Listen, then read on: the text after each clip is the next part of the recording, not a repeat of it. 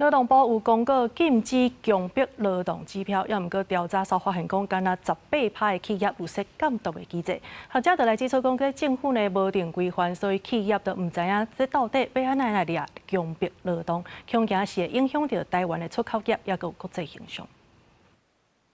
台湾的远洋渔业要互美国劳动部点名3届有强迫劳动的问题。另外，美国的劳团嘛指出，台湾的纺织业这款情形嘛真普遍。为着要了解大企业敢有得实践防治强迫劳动，有劳团就针对全国前500大公司来做问卷调查，发现敢若18%的企业有设专职部门来监督敢有强迫劳动的情形，然后才13.6%有委托第三方来进行人权稽查。真的只有唯独制度化的这个落实这个人权的这个政策，那必须要来强化政府、企业以及相关利害人关系的这个合作的这个机制，它才有办法来有效的防止这个强迫劳动，才能够提升劳动的这个尊严。根据劳动部公告的禁止强迫劳动指标，有包括行动限制、超时加班、含扣发薪水等等。政府嘛，伫咧2020年有公布企业含人权国家行动计划。不过有学者指出，政府到今也无定出指引，协助企业来了解要安怎辨识强迫劳动和执行调查等等。